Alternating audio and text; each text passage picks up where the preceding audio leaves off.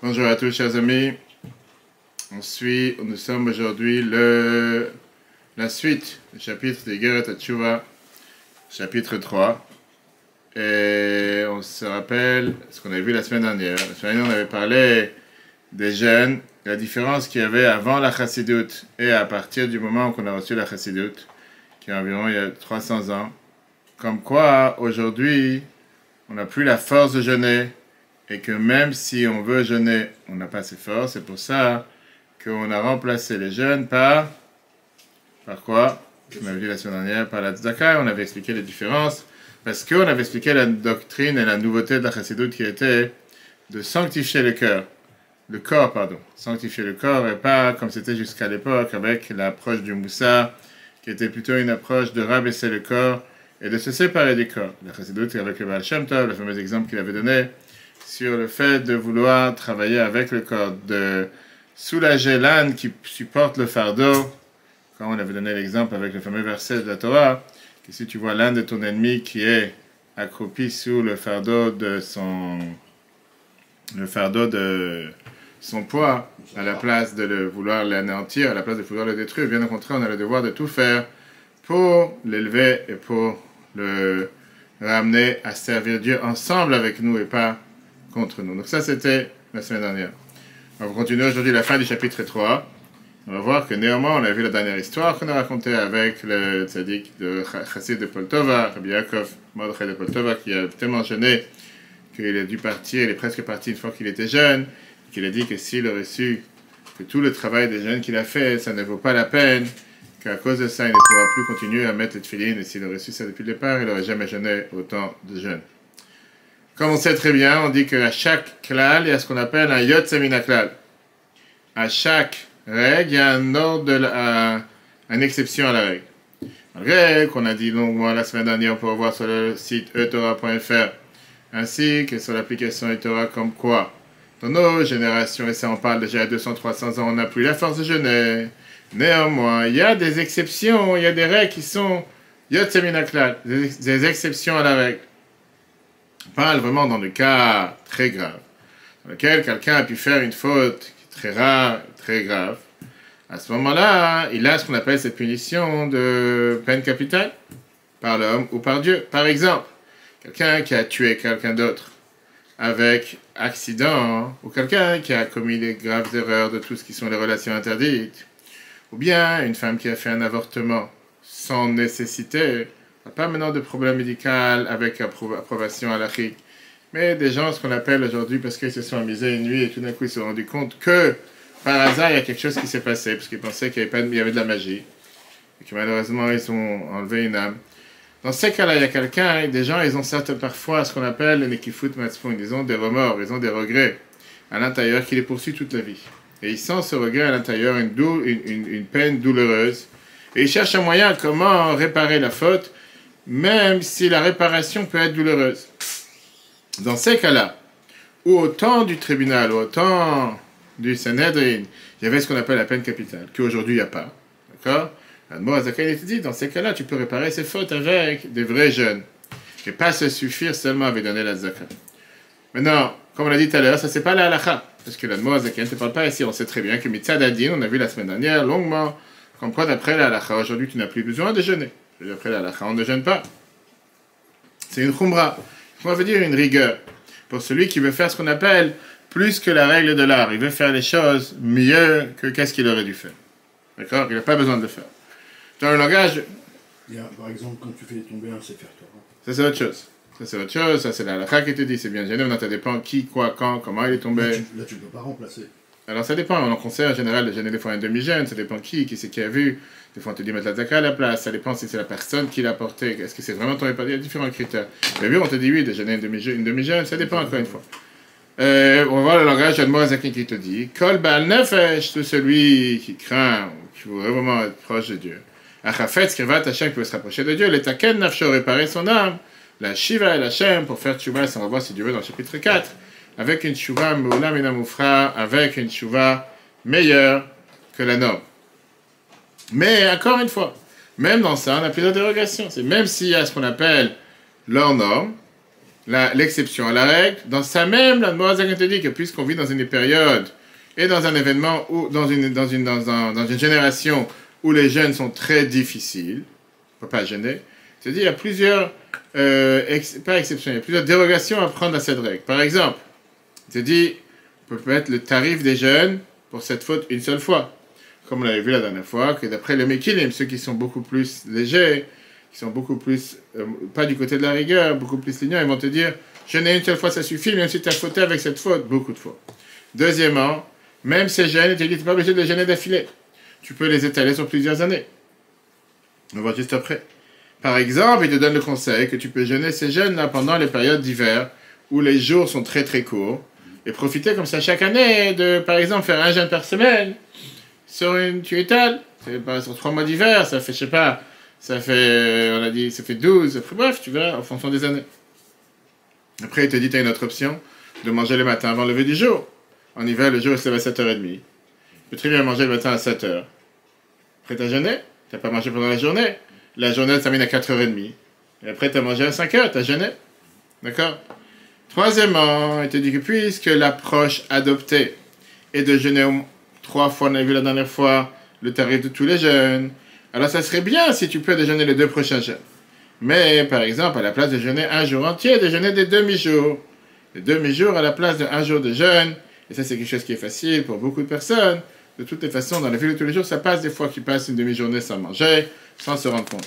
D'où on sait qu'un demi-jeûne, c'est considéré un jeûne. Dans les lois de Shabbat, c'est écrit qu'on a le devoir de manger avant Chatzot, pour ne pas considérer que quelqu'un, il a jeûné pendant Shabbat. C'est écrit dans Shulchan Aruch, Siman 288a. On n'a pas le droit de jeûner Shabbat jusqu'à 6 heures depuis le lever du jour. C'est pour ça qu'il faut se dépêcher de manger avant. Maintenant, la vérité, c'est que chez Chabad, par exemple, on a l'habitude de manger des gâteaux et un café avant la tfila pour ne pas manger pour prier, mais prier, pas prier pour manger, mais manger pour prier. Donc, on n'a pas à s'inquiéter à ça. Regardons le texte, le chiffre 2. Est-ce que quand tu fais un jeûne, il faut qu'il y ait un témoin, tout ça? Pas du tout, non du tout. C'est pas personne à sauver. Non, pas du tout. C'est dans ta tête Oui. Mikol Makom, néanmoins, Kol Bal Nefesh, de celui qui est, on veut dire cette âme, Achafet, c'est Kevat Hashem, qui veut se rapprocher de Dieu. Le Taken Nefsho, réparer son âme. La Shiva, El Hashem, de revenir vers Dieu, mais tu vas, on va voir dans le chapitre 4, qu'est-ce que ça veut dire faire tu vas dans ce contexte. Meula Minamoufra, mieux que le meilleur des choses qu'il aurait pu faire. Yachmir Alatzmo, il faut qu'il soit rigoureux sur lui-même. La Hashlim, d'essayer de terminer Al-Kol Panim, au moins, Machat, une fois, Kol Mechayav durant toute sa vie, Mispar Atzomot, le nombre des jeunes, Chol Avon, Ve'avon, pour chacune des fautes, mais Avonot Achamurim, les fautes graves, chez Chayavim Alem, qu'on a le devoir de jeûner, Mita, peine capitale, Al-Kol Panim, au moins une fois, Ve'afil Ubide Shemaim Bilvad, et même, pardon, même si c'est peine capitale seulement décidée par Dieu, pas par les tribunaux. Kegon, je te donne un exemple, Tzad Zera Levatala, celui qui a jeté des spermes en vin, des semences en vin. Il doit jeûner 84, on a vu Pedalet Somot, 84 jeûnes, une fois pendant toute sa vie. V'yachol itretam, et il peut les repousser, le yamim akhtsarim bachoref, pour les jours courts en hiver. Par exemple, il te dit, Veitane ke'eser ta'aniot, tu peux jeûner 10 jeûnes. Al-Derech Machal, par exemple, bechoref echad pendant un hiver. Au pachot au moins. Veigmor, mispar, Pedalet Somot, et tu vas terminer le compte des 84 jeûnes, Beteisha Shanim, pendant 9 ans. Au yoter au plus, fikocho comme t'as la force. Vega, mais aussi, yachol, il peut manger me'at, un peu, keshalosh shaot lifnei netzachama, 3 heures avant le lever du soleil. V'afal piken, néanmoins, Nershav le ta'anit, c'est considéré comme un jeûne, imit naken, si il a fait la condition préalable qu'il allait manger avant. D'ailleurs, c'est valable aussi pour tous les autres jeûnes, le ditevet, etc. Quand tu fais, avant d'aller dormir, la condition que tu vas manger en te levant, tu as le droit de manger en te levant sans problème. Ou le tachlum est pour compléter Resh Nunbet, ce mode de 250 de jeûne, comme on a vu tout à l'heure. Pour les autres fautes, il peut jeûner encore 84 jeûnes, de demi-journée.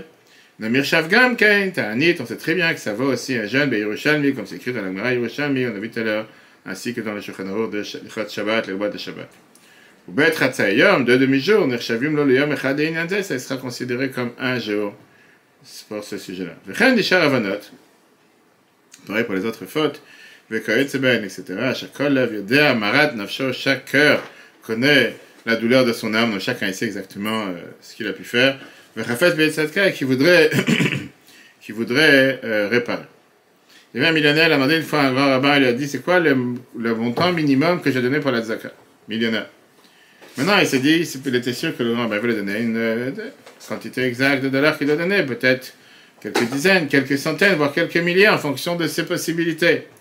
Et le Rav lui a répondu, à partir du moment que ça commence à faire mal, c'est là que c'est pour toi considéré que tu donnes la tzaka. Qui veut dire la tzaka, c'est quoi? C'est ce qu'on va tout de suite voir. C'est le fait que quelqu'un il donne de soi-même, qui sacrifie soi-même. On a vu pourquoi la tzaka remplaçait les sacrifices qu'il y avait à l'époque. Parce qu'à l'époque, c'était pas facile de séparer d'une vache, d'un mouton. Combien de personnes elle a une vache? Même quelqu'un qui n'achète pas la ferme de 1000 vaches. Donc, combien de personnes tu vas donner déjà pour chaque fois que tu en as une vache? Tu n'as plus de vaches en quelques jours. Parce que c'est pas, à moins qu'il y ait même des vaches en poupée, je ne sais pas si ça existe, gonflable. Il n'y a pas, ça n'existe pas. Donc la même chose, l'idée de la tzaka. C'est pas du bon, je vais donner un petit euro dans la tzaka. C'est l'idée que tu répares ton âme. Et c'est ce qu'on va tout de suite voir. Donc ça, c'est leur norme. On va revenir à ce sujet après. Mais pour l'instant, en règle générale, ce qu'on a vu dans le chapitre 3, ce qu'on a vu aussi dans le chapitre 2, qu'aujourd'hui, dans la majorité, dans toutes les fautes, qu'il n'y a plus aujourd'hui la peine capitale. On ne peut pas gêner aujourd'hui. Et à la place, on a le devoir de racheter le jeûne par la tzedaka, avec les différents montants, justement, qui sont écrits dans les livres de Moussa, même dans les peines, dans les fautes, où il y a une peine capitale, que ça serait bien de jeûner 3 fois. Le Admour Azaken, il te dit, je préfère que tu crains la vie des Mahmirim, ceux qui sont plus rigoureux, qui disent qu'il faut jeûner tous les jeûnes. Comment? Par ça que tu rachètes les jeûnes avec la tzedaka à la place de jeûner. Maintenant, si tu commences à faire un calcul, toutes les fautes qu'on fait, même les fautes les plus simples, donner la tzedaka à la place des jeûnes que tu aurais dû jeûner pour chaque fois, tu vas arriver à des montants gigantesques. Parce qu'on voit que dans les livres du Moussa et la Kabbalah, on a commencé à voir ça la semaine dernière. Quand tu détailles la quantité de jeûnes, pardon, que tu dois faire pour chaque faute, c'est énormément de jeûnes. On avait vu pour la colère, on avait vu pour tel. Donc, puisqu'aujourd'hui on fait ces fautes plusieurs fois avec facilité, et il y en a que des fois ils font aussi des fautes graves plusieurs fois, tu parles des quantités énormes. Prenons un simple exemple. On a vu la dernière fois quelqu'un qui n'a pas prié une des 3 prières. On n'a pas qu'il a réparé la prière d'après Sahari, des fois tu as oublié de faire mincha, surtout en ce moment qu'on a changé l'heure cette semaine, et que tu avais l'habitude de faire mincha tous les jours à 19h, et tout d'un coup, 19h il fait nuit. Tu n'as pas fait mincha. C'est pour ça que c'est bien de faire au début de l'après-midi, dès que comme ça tu n'oublies pas. Ou bien se mettre une note sur l'agenda. Alors, en général, quand tu te rappelles la nuit, tu peux faire une deuxième fois la prière de Ma'ariv, la Hamida, et ce qu'on appelle une filat nedava, et comme ça, c'est la réparation du mitra que tu as manqué.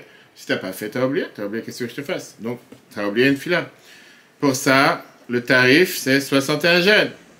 Mais non, on dit si tu dois racheter chaque jeûne avec une valeur, on avait dit, de 30 shekels, qui est la valeur de ce que tu aurais mis pour manger, qu'on a vu la dernière fois, justement, à la fin du cours, que c'est en fonction de chaque personne, qu'est-ce qu'il a l'habitude de manger. En général, une moyenne. Donc, ça veut dire que 61 fois 30 égale 1830 shekels. Ça va, c'est mignon.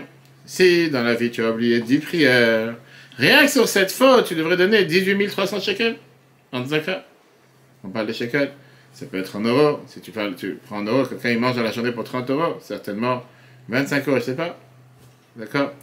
Maintenant, si tu penses que tu as oublié plusieurs fautes, et que dans les fautes que tu as fait, tu arrives à des centaines de milliers de shekels ou d'euros, voire des millions de shekels ou d'euros, si tu veux le calcul de chaque chose. On a vu la dernière fois sur la colère, on a vu sur chaque chose. Et donc, quand tu calcules, c'est encore une fois, que les gens disent, oui, aujourd'hui, on vit dans une manière beaucoup plus facile. Pourquoi c'est plus facile? Parce qu'aujourd'hui, tu n'as pas le devoir de jeûner tellement comme c'était à l'époque. Pourquoi tu n'as pas le devoir de jeûner tellement? Parce que tu te dis, bon, ça va, on va donner la tzaka. Mais la Torah te dit, c'est quoi de donner la tzaka? Donner la tzaka, c'était donner la tzaka. Je suis en train de voir le calcul qu'on avait vu la dernière fois par rapport à la colère. Donner la tzaka, oui, la colère, c'est 151. Ça, je le sais. Donner la tzaka veut dire, oui, ça va, je donne la tzaka tous les jours. Non, c'est pas ça qui rachète. C'est pas ça qui répare l'erreur que tu as pu faire. Et c'est pour ça qu'il y a ici la règle halachique qui est apparemment contradictoire, qui te dit, allez, bas, yoter mechomesh, que celui qui donne la tzaka, il n'a pas le droit de dépenser ou de donner plus qu'un cinquième. 20%. Donc comment ça marche? Je comprends pas. Est-ce que il faut donner sans limite, ou il faut donner pas plus que 20%? Un cinquième.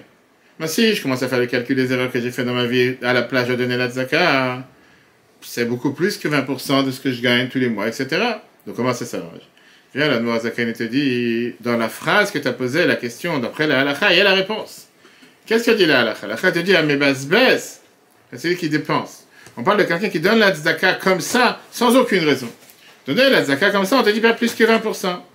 Mais quand tu donnes la tzedaka livdot et nafsho pour acheter ton âme, pour réparer les erreurs que tu as fait, ça s'appelle pas un bisbouze.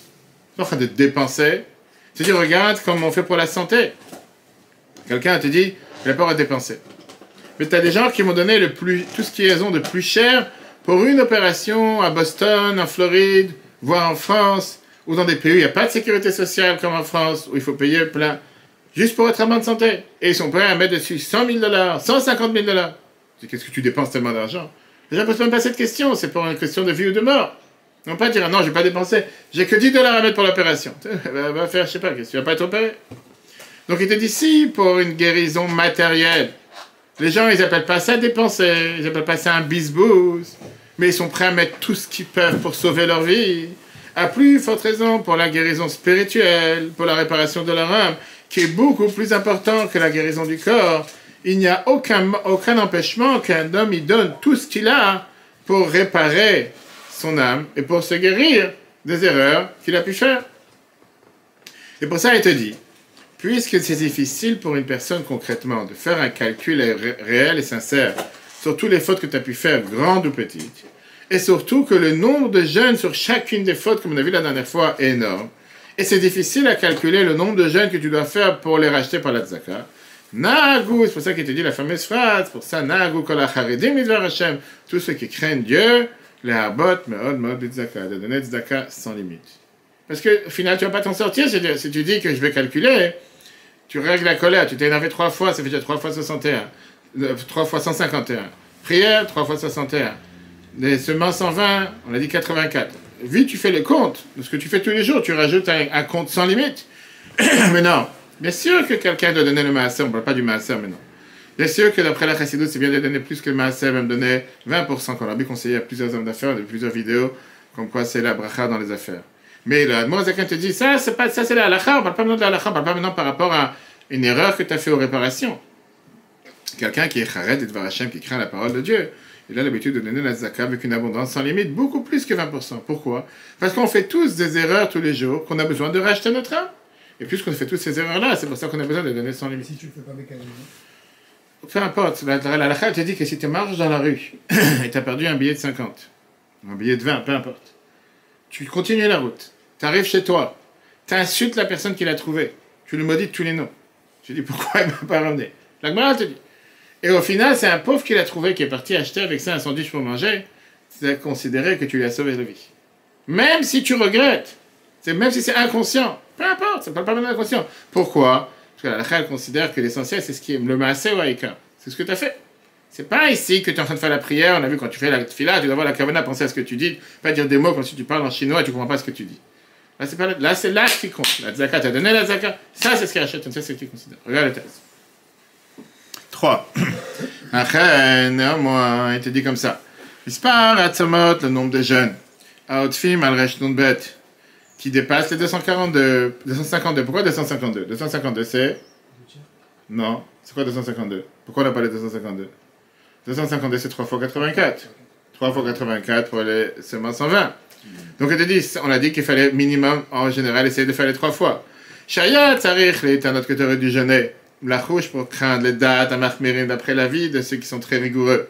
Les éternels de jeûner misparat somod, le nombre de jeûnes, shal kol chet vachet qui est pour chaque faute. Que fi mispara peamim comme le nombre de fois shechata kadiskalel, comme le nombre de fois qu'il a fauté comme on l'a dit tout à l'heure. Yiv de kulan, il doit tous les racheter, bitzaka avec la tzaka. Erech la valeur, chag dolim polish be'at kalium. 30 grandes polish, c'est comme on l'a vu la dernière fois, c'était une monnaie qui existait à l'époque, pour chaque jour de jeûne. French, akolataniot. Pareil, tous les autres jeûnes, chetzarich, les tanot qu'il faut jeûner à la vérote sur des fautes. She'en ba'em mita, qu'on n'a pas la peine capitale sur eux. Un fil ou al bitul mizot asedera et de rabanan. Même sur le fait d'avoir annulé une mitzvah positive de la Torah ou de Chachamim. Le Talmud, Torah Keneged Kula, mais on sait très bien que la Torah, l'étude de la Torah vaut plus que tout. Ça veut dire que chaque instant que tu aurais pu étudier que tu n'as pas étudié, pas maintenant quand tu travailles. Quand tu travailles, la Torah permet de travailler. Pas quand tu es assis en train, je sais pas, de regarder les fleurs qui sont en train de tomber. Je fais un mesopar, même fourrage, comme le nom, mispar, le nom, un fourrage qui est décrit. Le Tikkunet Tshuva me Harizal. Dans le Tikkunet Tshuva du Harizal, la réparation de Tshuva du Harizal, auteur de la Kabbale, Verubam, Niskarim, Mishnat Chassidim. La majorité sont mentionnées dans la Mishnat Chassidim et Masachet Tshuva. À kol kachar le kol, le tout pour tout, yifte bit zakat, tu rachètes avec la zakat. Kaniskar leel, comme on a mentionné tout à l'heure, il a matzi le tseur et nafshe. Si tu peux pas te faire souffrir ton âme, en deux mots, kaniskar leel, comme on a mentionné tout à l'heure, en deux mots, tu ne veux pas jeûner. Tu ne vas pas me raconter des histoires maintenant que pour 3 fautes que tu as fait aujourd'hui, tu es prêt à jeûner 500 jeûnes. Arrête, qu'est-ce que tu tournes la tête? Tu vas jeûner un jeûne, tu vas craquer après. Pardon. Moi, c'est cours de Tania, tu n'as qu'à mal à la gorge. Avance. Il te dit, même si ça va aboutir à une quantité, à un montant important, un montant spécifique. Et il n'a pas à croire, craindre à ce qui est écrit dans la Gemara que tu votes, page 51, à les bases de Tamir Chomesh. Il ne faut pas dépenser plus qu'un cinquième, plus que 20% par rapport à la Tzaka. Pourquoi? C'est de l'homme écrit bisbouz, Bekai Gavna. Ici, ce n'est pas appelé bisbouz, ce n'est pas appelé dépenser. Pas en train de donner la Tzaka pour donner la Tzaka comme ça. Mais tu fais ça pour acheter ton âme. Mitaniot, des jeûnes, des sigoufim et des souffrances. Pour ça que tu donnes la zakat, tu rachètes ton âme des jeûnes et des souffrances. Velogara, il te dit, c'est pas plus mal, mais refoua à ta gouffre de la médecine, de la santé du corps, ou chez Atrachav et les autres besoins du corps. Pourquoi dire que tu dois te faire opérer, que Dieu nous en préserve dans n'importe quel pays du monde, à part la France, il n'y a pas de sécurité sociale, que n'importe quelle opération, c'est 10 000, 20 000, 50 000, 30 000, des chiffres astronomiques. Les gens ne vont pas commencer à poser des questions. Non, c'est trop, je donnais juste 5 000. Ou juste 2 000. Le docteur va dire, je ne perds pas pour un geste pareil. Ou le fait, donc tu dis, si pour le corps, tu es prêt à mettre tant d'argent, et tu ne poses pas la question, est-ce que ça ne s'appelle pas dépenser? Plus forte raison pour l'homme. Ou le fait, chez Misparat Samot, est plus que le nombre de jeunes. À Mouskarim, et Tikkunet Tshuva, Niskarim, qu'on a mentionné dans le Tikkunet Tshuva du Harizal, qu'on a mentionné plus haut, Rabou, Mimod, Merod. Le nombre de jeunes sont très nombreux. La Chena Aguarsha, c'est pour ça qu'on a l'habitude aujourd'hui, on parle maintenant déjà il y a 250 ans, Kol Acharedim Lidvar Hashem, tous ceux qui craignent Dieu, les Arbot, Meod, Bitzdaka, de donner Tzedaka de manière très très large, sans limite. Pourquoi tout ça? Mahmat Halishut Ado, parce que la génération s'est affaiblie, de l'homme Matsul et Tseore Nafsham Kuleai, parce qu'aujourd'hui on ne peut plus se faire souffrir son âme, en deux mots par les jeunes, comme on avait l'habitude à l'époque. Ou comme on l'a expliqué dans un autre endroit, Chasdei Hashem qui le tamnu, que la bonté de Dieu n'a jamais pas de fin, qui veut dire, le Rashi t'explique que le tamnu, nous ne sommes pas parfaits, sans faute. Quelqu'un qui ose dire, je ne fais pas d'erreur, tourne la tête. Et donc on doit se comporter face à Dieu, mida keneged mida, mesure pour mesure, pour que Dieu agisse envers nous avec une bonté et une abondance sans limite. Par ça que nous aussi, on va ajouter sans limite. C'est pour ça que le Rabbi, à chaque fois conseillait, quand les gens te disent, voilà, je gagne 1265,80, est-ce que je donnais, je ne sais pas, 125,60? Qu'est-ce que tu dois calculer vraiment au centime près? Tu ne peux pas dépasser, qu'est-ce que, par rapport au maaser? Soit large, soit plus large, qu'est-ce que tu dois commencer à calculer le milieu? Tu calcules avec toi si tu te fais respirer avec une machine ou normale, et tu ne calcules pas avec toi. Pourquoi tu veux calculer comme ça au centime près? Et combien de fois des gens qui passaient dans les dollars, ils disent, mais j'ai déjà donné 20% de ce que je gagne. Est-ce que je dois continuer comme ça, arrêter au plus? Le dit, continue, augmente, influence tes amis. Parce qu'on parle encore une fois du fait que aujourd'hui la zaka qu'on donne, essentiellement, c'est pour éviter tous ces jeûnes, toutes ces souffrances, tous ces problèmes, grâce à la zaka. Qu'à l'époque, ils n'avaient peut-être pas la moyen de donner, on remonte il y a 1000, 2000 ans en arrière, et peut-être qu'ils avaient plus de facilité à jeûner, parce que les gens étaient habitués à jeûner, les gens mangeaient un repas par jour. Aujourd'hui, ce n'est pas le cas. Il y avait une fois un mendiant qui avait l'habitude de bénir tout celui qui lui donnait la zaka, et ses bénédictions s'accomplissaient de manière miraculeuse. Tout le monde est venu le voir. Quand le Baal Shem Tov, il a entendu cette histoire de cette personne, qui est la mère qui récolte de l'argent, il bénit les gens et les gens ils écoutent. Il s'est dit, il faut absolument que j'aille voir qui est ce personnage. Quelqu'un de très spécial qui n'avait aucune qualité apparente particulière. Le Baal Shem Tov, il a dit, raconte-moi ta vie, raconte-moi qu'est-ce que tu as fait spécial dans ta vie. Il raconte comme ça. Il fait, moi je suis couturier. Il y a quelques années, je suis parti avec un autre couturier. On a commencé à voyager. À l'époque, ils allaient de village en village pour aller chercher. Comme tu voyais à l'époque, je sais pas, les gens qui tournent avec les roulettes pour les couteaux. J'en ai vu un aujourd'hui. Pour toi, tes qui tournent, vous êtes en train de passer en vélo, je vois. Je suis ici, il pense qu'il y a quelqu'un qui va les sortir, ouvrir la fenêtre, j'ai un couteau réparé, je sais pas, ok. À l'époque, c'était mignon, mais aujourd'hui, je sais pas. Ok. Et comme ça, ils allaient de village en village pour aller recevoir des travaux à faire et gagner de l'argent. On a tourné quelques années, jusqu'à ce qu'on a ramassé 300 dinars. 300 dinars, c'était une somme importante. Là, on a fait assez d'argent, maintenant on va pouvoir se reposer quelques années, on va retourner à la maison. Dans la route, ils sont arrêtés dans un auberge juif. On a vu que le patron d'auberge, il est très triste. On lui a demandé qu'est-ce qui se passe. Il a dit, j'ai pas payé la location d'auberge au gouverneur. À l'époque, c'est comme ça que dans des villages, je lui dois une grosse dette. Et il a dit que bientôt, il va me jeter dans le trou. Ils avaient des prisons, des fosses, où ils jetaient les gens là-bas, ils leur jetaient un morceau de pain, jusqu'à qu'ils payent. Ils pensaient qu'il allait trouver de l'argent dans le sol. Et c'est ce qu'on appelait à l'époque, puis John Jouim rachetait les prisonniers. On lui a demandé au patron de l'auberge combien tu dois payer au gouverneur. Il a dit 300 dinars. Je peux regarder mon ami, je lui ai dit, tu sais quoi, à Kol Mishamayim, tout est du ciel. Regarde-moi une chose. On s'arrête juste dans cette auberge. Chacun de nous, il a fait 300 dinars, avec quelques années de travail. Là, l'autre, il va tomber dans le puits avec sa famille. Il va savoir combien d'années il va pouvoir pourrir là-bas, s'il va survivre. Viens, on se divise en deux. Moi, je donne 150, et toi, tu donnes 150. Il nous reste quand même 150, et comme ça, on va le sauver. Mon ami, il m'a dit la chose suivante, et moi, je ne peux pas faire une chose pareille, parce que je travaille dessus depuis quelques années. Et ma famille, elle attend, ça fait quelques années que je n'ai pas été à la maison, ni WhatsApp, ni Facebook, ni rien, pour pouvoir leur ramener cet argent, pour vivre quelques années. Comment je peux donner maintenant la moitié de ce que j'ai ramassé pendant quelques années? Je ne peux pas faire une chose pareille. Moi, j'ai commencé à réfléchir, et raconter la chose. Est-ce que je donne ou je donne pas? D'un côté, j'ai travaillé sur cet argent beaucoup d'années. Ma famille a besoin de cet argent. De l'autre côté, il y a ici une mitzvah depuis John Jouim, racheter un prisonnier. Il va partir en prison parce qu'il a vendu de la drogue ou il a fait des séries sur Netflix. On parle des gens. De l'autre côté, il est parti voir, il a dit, tu sais quoi, je suis parti voir le patron d'auberge, je lui ai donné tous les sacs que j'avais, 300 dinars. Prends l'argent. Je rentre à la maison sans aucun centime dans la poche. Pauvre. Comme on dit, vide. Rien. Et donc, qu'est-ce que je dois faire? Je rentre à la maison, ma famille m'attend. Je lui ai dit, écoutez, j'ai rien. Je leur ai expliqué ce qui s'est passé. Maintenant, je dois commencer à ramasser de l'argent, demander aux gens de m'aider. Quand Baal Shem Tov a entendu cette histoire, il a dit, maintenant, je comprends le secret pourquoi toutes les bénédictions que cet homme-là il donne, ils sont acceptés. Quel rapport entre la tzaka et le rachat d'un prisonnier et le fait que ces bénédictions ont commencé à être entendues, que chaque personne qui bénissait? La réponse, elle est, les 300 dinars qu'il avait dans le sac, c'était pas 300 dinars. C'était tout son âme, c'était tout ce qu'il a travaillé dessus, c'était toute sa vie. Quand il a donné la tzaka, parce que c'était la volonté de Dieu, il a donné son âme à Dieu, il a racheté son âme. Automatiquement, c'est pas étonnant que toutes les bénédictions qu'il donnait se soient accomplies. Si on résume le chapitre 3. Le chapitre 3, il est comme ça. On a vu que les jeunes de Tchouva, oui, comme on l'a vu dans les premiers 3 chapitres d'ailleurs, parce que là, on va passer dans un autre registre, 4, 5, 6, 7, les prochains. On a vu dans les premiers chapitres que les jeunes de Tchouva ont existé pour les Dorot Arishonim. Première génération, qui sont les générations des Tanaïm, d'Amoraim, des générations d'Agmara. Il y a 1000 ans, 1500 ans, ça existait. Les dernières générations, l'Admorazak est écrit, donc c'est déjà il y a 250 ans. Il y a une telle faiblesse qui est descendue dans le monde. Et on voit que les corps aujourd'hui sont beaucoup plus faibles qu'à l'époque. Et le nombre de jeunes peut parfois causer du tort à la santé du corps. Et parfois, tu vas gagner ce qu'on a dit dans la Mishnah, Yatsa Sraro B'Efsedo. Ça veut dire, tu penses gagner d'un côté, mais tu ne fais pas de l'autre. Tu vas soi-disant jeûner pour réparer ton âme, après tu vas tomber au lit, pas pouvoir faire ce que Dieu demande de toi. Et c'est pas ça le but. Et donc c'est pour ça que l'Admorazakani leur donne qu'aujourd'hui, on doit tout faire pour diminuer au maximum la quantité de jeûnes. Pareil, comme il a dit, l'exception. Quand tu as des jeûnes sur des choses que tu rêves, carrette, être tranché du peuple juif ou quoi que ce soit.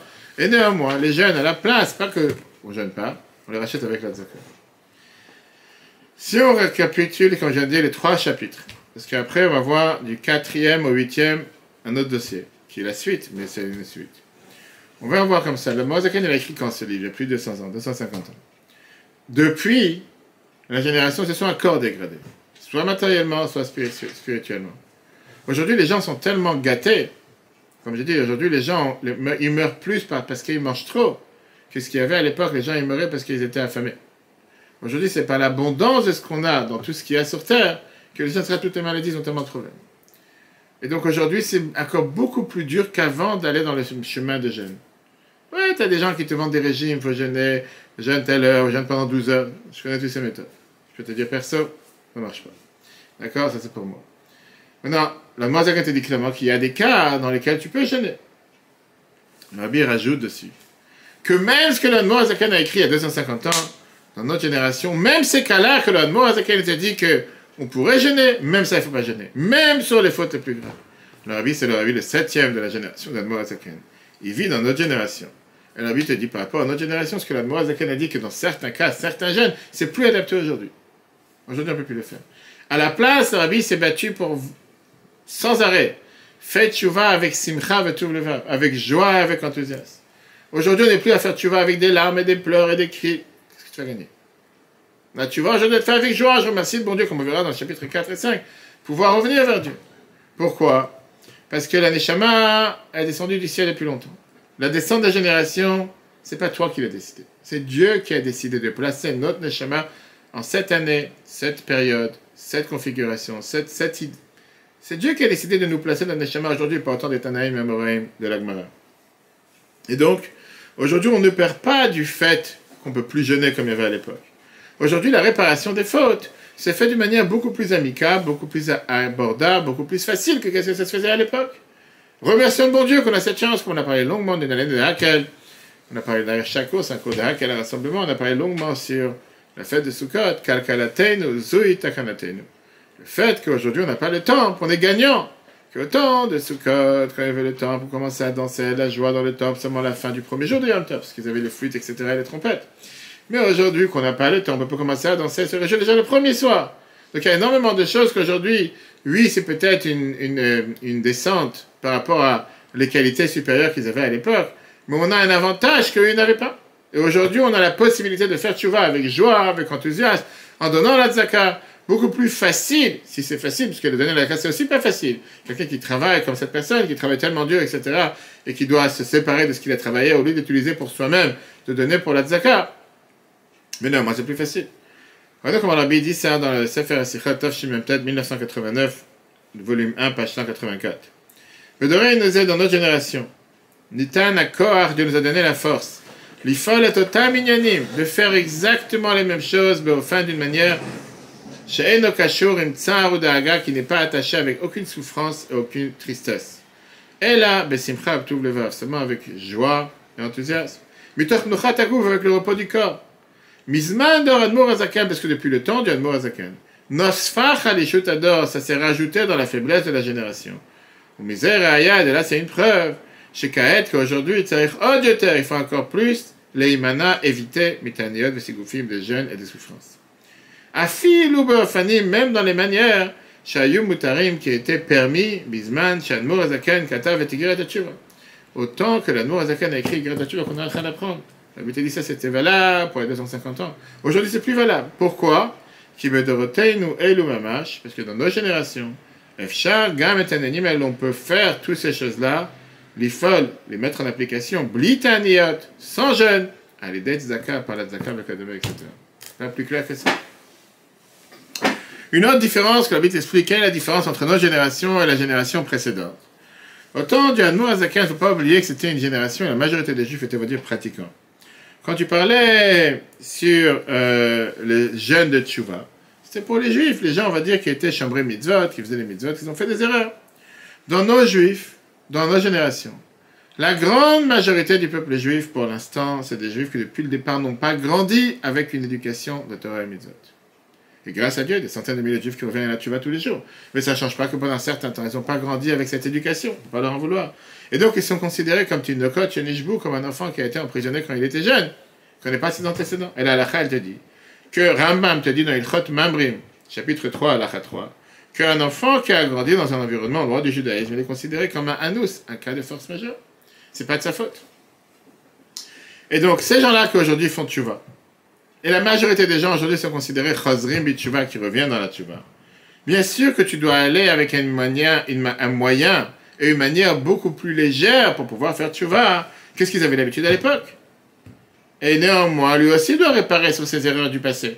Mais tu ne veux pas lui demander de réparer les erreurs du passé comme tu demandais à un juif pratiquant, religieux, que depuis sa naissance, il faisait tout ce qu'il fallait, comme c'était la norme au temps d'Admor Azaken. Imagine-toi un instant, tu as aujourd'hui un juif qui a 20 ans, 30 ans, qui commence à mettre des tefilines. 50 ans que tu découvres dans la rue, il y a un juif qui est venu hier ici. Demain soir, je vais lui mettre une mezuzah, il habite à Ponto. il n'a pas mis à la maison, il est venu pour amener quelque chose à ma travail, il me fait, je savais que j'allais me faire piéger. Je sais pour vous faire piéger. J'ai mis les tefilines. Qu'est-ce qu'il y a? Laisse tomber, je sais pas. Un juif, il a quel âge? 60, 70? Dis ça pendant 20, 30 ans, il n'a pas mis les tefilines. Fais le calcul. Dis-lui, il faut jeûner. Laisse-moi tranquille. De quoi tu parles? Le nombre, il est gigantesque. Mais ça, c'est pour les tefilines. Dis-lui, voilà, tu as passé dans ta vie, 20 ans, tu n'as pas prié. 20 ans, tu n'as pas mis les tefilines. 20 ans, tu as eu affaire à je ne sais pas combien de femmes. Tu fais la totale, tu parles des milliards de jeunes. De quoi tu parles? Alors c'est sûr que l'Arabie te dit, dans notre génération, la majorité du peuple est juif. Ça ne parle pas. C'est pas comme au temps d'Yann Moazaken qui te disait que certains jeunes, certains doivent jeûner. Tu parlais des juifs pratiquants qui ont grandi dans... Et que oui, alors, on va dire, eux, ils pourront calculer que dans l'année, ils ont oublié de prier 2 fois. Peut-être qu'ils ont oublié de mettre tefilin 1 fois. Peut-être. C'est pas le cas de quoi tu parles aujourd'hui. C'est impossible. Tu peux pas faire une chose pareille. Alors maintenant, la question vient que tout le monde se demande. Très bien, j'ai fauté pendant 20 ans. Je vais prendre cet exemple qu'on vient de voir. Tu parles ici une somme gigantesque d'argent. La réalité, c'est que jeûne ou argent, c'est la même chose. Bien sûr que jeûner, c'est différent. Quelqu'un qui n'a pas tant d'argent pour acheter son âme ou pour réparer ses erreurs, qu'est-ce qu'il va faire? Il n'a pas. Pas tout le monde a les moyens de donner des milliards en désaccord. Le Rabbi te dit que puisque du ciel on t'a mis dans une situation pareille, c'est un signe que tu n'as pas besoin de t'inquiéter sur... Si je fais le calcul et commencer à calculer, là c'est 61 jeunes, là 252, là 84, aujourd'hui j'ai 500 jeunes à faire. 500 fois 30, je ne sais même pas comment ça fait, 500 fois 10 ça fait 5000, c'est 15 000. Aujourd'hui 15 000, je note sur mon carnet, très bien. Je fais le calcul du mois, 170 000. C'est d'où je fais ça? C'est impossible. J'avais dit, tu ne dois pas t'inquiéter à ça. Je veux dire, le fait que du ciel, on t'a mis dans une telle situation, t'inquiète pas par rapport aux chiffres. On t'a pas demandé maintenant de donner par rapport... T'as dit, donne. Commence pas à te soucier. Est-ce que... Alors, j'ai fini les 170 jeunes, j'ai fini les 180 000, j'ai pas fini. C'est pas ça qu'on te demande. Tu as commencé à faire des inventaires tous les jours de combien de jeunes tu dois faire ou pas. Alors, Rabbi terminant te disant, alors, c'est quoi... Qu'est-ce que... D'abord, Zafin, il a bien écrit ça pour nous. Le Tanya, c'est valable pour nous aujourd'hui aussi. Pourquoi on a vu les 2 premiers cours, le premier et le 2e chapitre sur les jeunes, si on ne doit pas jeûner? Pareil pour la tzaka. Si tu dis que quelqu'un ne peut pas donner la tzaka dans ces quantités-là, alors qu'est-ce que j'ai besoin d'apprendre tout ça? Quel était le but de savoir que pour la colère, on avait dit 151, pour oublier une fila 61, pour les semences 84, bref, tu commences. J'ai dit, chaque jour, tu fais au moins 500. De toute façon, ni je peux jeûner, ni je peux donner la tzaka. Alors tu as dit la réponse facile, tu n'as qu'à pas fauter. Merci. Très bien, next. On dit après, une fois que tu as dit ça, on est tous humains et on fait tous ces erreurs. Rabbi explique. Rabbi l'a corrigé plusieurs fois les barrières du Tanya, il y a des commentaires du Rabbi Santana qui sont tellement riches. Le fait même d'apprendre les sujets du jeûne en Égeret Tchouva, même sans jeûne donner la tzaka, ça peut parfois être considéré comme si quelqu'un il a jeûné concrètement. Rappelez-vous ce qu'on a vu au départ, que la tfila, on a eu cette période, que la tfila, la prière, elle remplace les sacrifices. À l'époque, on a mis un sacrifice, après on a fait la prière. On avait dit que la prière seulement ne suffit pas, parce qu'il fallait aussi se réconcilier. Par ça qu'on amenait ou le jeûne ou la tzaka. Comme les Chachamim t'ont dit par rapport au sacrifice, qu'on dit tous les matins dans la prière. Quand le Osek, Torah, Tola, tout celui qui s'occupe de la Torah dans Ola, Keilu écrit voilà, c'est comme s'il a amené un sacrifice holocauste. Donc là, on apprend l'importance d'apprendre des guerres et tchouva qu'on apprend depuis quelques semaines. Par ça qu'on apprend ces lois, c'est comme si on répare les erreurs qu'on a pu faire. Bien sûr, ça n'empêche pas du fait que quelqu'un doit donner la tzaka quand il doit donner, que quelqu'un doit donner sans calculer, et prier à Dieu, que Dieu l'accepte la tchouva, et c'est pour ça qu'on fait aujourd'hui le tout. C'est comme dans le matériel, tu essaies d'être en bonne santé, de manger ce qu'il faut, de faire du sport, de ne pas faire des mauvaises habitudes, comme on a vu dans le merveilleux cours de lundi soir, c'était le cours de hier, non, hier on a vu sur les lois des tzitzit, lundi soir, comment se séparer des mauvaises habitudes. Pareil dans la tchouva. Et on prie, et on donne la tzaka, et on demande à Dieu de nous pardonner, et on espère que Dieu nous aide. Mais commencer à se soucier, et commencer à s'inquiéter, voilà, aujourd'hui je dois faire 500 jeûnes, ce qui équivaut à, je sais pas, 150 000 euros, demain ça fait encore. Je ne veux jamais pouvoir le faire de ma vie, donc autant ne rien faire. Non, fais ce que tu dois faire, le reste dans les mains de Dieu. Avec ça, on a terminé le chapitre 3. La semaine prochaine, on verra le chapitre 4, et là on commence déjà 5 prochains chapitres qui vont nous expliquer c'est quoi Tshuva Tatar. Tshuva Tatar veut dire le niveau bas de la Tshuva. On avait déjà vu ça dans les chapitres précédents dans les côtés Amarim, mais là on va voir qu'est-ce que ça veut dire faire Tshuva, parce qu'on dit qu'il faut faire Tshuva. La Y à Tshuva. Qu'est-ce que ça veut dire faire Tshuva? Bien sûr, Tshuva c'est à 2 mots. Tashuv, qui veut dire revenir vers Dieu. Mais quelle est l'idée? Qu'est-ce que ça veut dire faire Tshuva? Qu'est-ce que ça veut dire la punition de Karet, être retranché du peuple juif? De quoi ça parle? Qu'est-ce que ça veut dire? Comment on peut réparer la tâche? Alors quand tu vas aujourd'hui dans la machine à laver, tu mets je sais pas quel produit pour nettoyer une chemise, tu peux enlever les taches. Mais il y a des tâches que tu peux pas enlever des fois. Là, tu vois, c'est exactement la même chose. Est-ce qu'il y a des choses qu'on peut faire ou pas? Et qu'est-ce que ça veut dire demander pitié sur son âme? C'est pour ça qu'on va prier sur la tombe des tzadikim. On a l'habitude d'écrire ce qu'on appelle un pidyon nefesh, rachat de son âme. Parce qu'on demande de prier parce que, à travers le tzadik, de pouvoir nous blanchir par rapport aux erreurs qu'on a pu faire. Et c'est pour ça qu'un juif, il essaie de tout faire ensemble. Et oui, et la tzaka, et la prière, et prier sur la tombe des tzadikim, et se comporter comme il faut. Et après le reste, on est garanti que Dieu fait ce qu'il faut faire pour nous écouter, nous accorder le meilleur. Là, le cours sera repris sur l'application eTorah, le site eTorah.fr. Très bonne journée à tous. On a vu l'histoire merveilleux cours, on a parlé sur comment se séparer des mauvaises habitudes.